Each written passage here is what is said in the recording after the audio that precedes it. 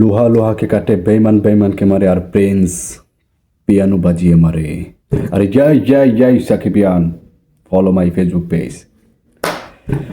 So আজকে এই ভিডিওতে কথা বলবো হচ্ছে মেশিন গান নিয়ে, পিয়ানো মেশিন গান। আমার মনে হয় না, বিশেষ করে আমার মনে হয় না যে বাংলা ইন্ডাস্ট্রি কেন, কোনো ইন্ডাস্ট্রির মধ্যে এরকম পিয়ানো গান দিয়ে কখনো সিনেমা হয়নি। বিশেষ করে আমি যতটুকু জানি, এটা আমি মনে করি যে ফার্স্ট টাইম। ওহ মাই গড, কী লোক! যে সময় মনে করেন যে এই গানের ভিতরে একটা বন্দুকের মধ্যে একটা হেডফোন লাগানো থাকবে কানের মধ্যে, বাজায় বের খালি,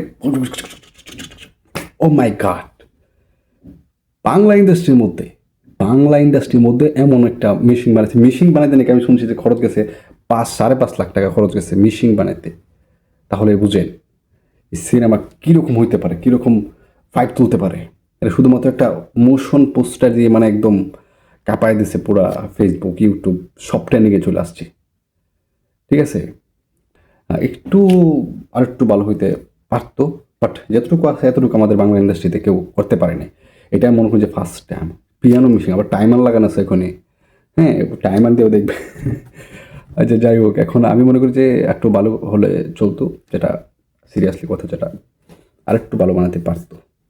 সো যাই হোক, মোটামুটি ভালো হয়েছে, খারাপ না। এবং সাকিবিয়ান তো সবাই খুশি যে এতদিন অপেক্ষার পরে একটা মোশন পোস্টার আসছে, সবাই খুশি। সো আমি মনে করি খুব শীঘ্রই ট্রেলার বা টিজার দিতে পারে, বা গান কোনো কিছু দিতে পারে। এবং সাকিবিয়ান যারা রয়েছে, আমার পেজটি প্লিজ ফলো করে দাও, বিকজ আমি এটা নতুন পেজ খুলেছি, নিয়মিত ভিডিও আপলোড করবো এই পেজের মধ্যে। সো আমি তোমাদের কাছে আশা করি যে তোমরা আমাকে সাপোর্ট করবে।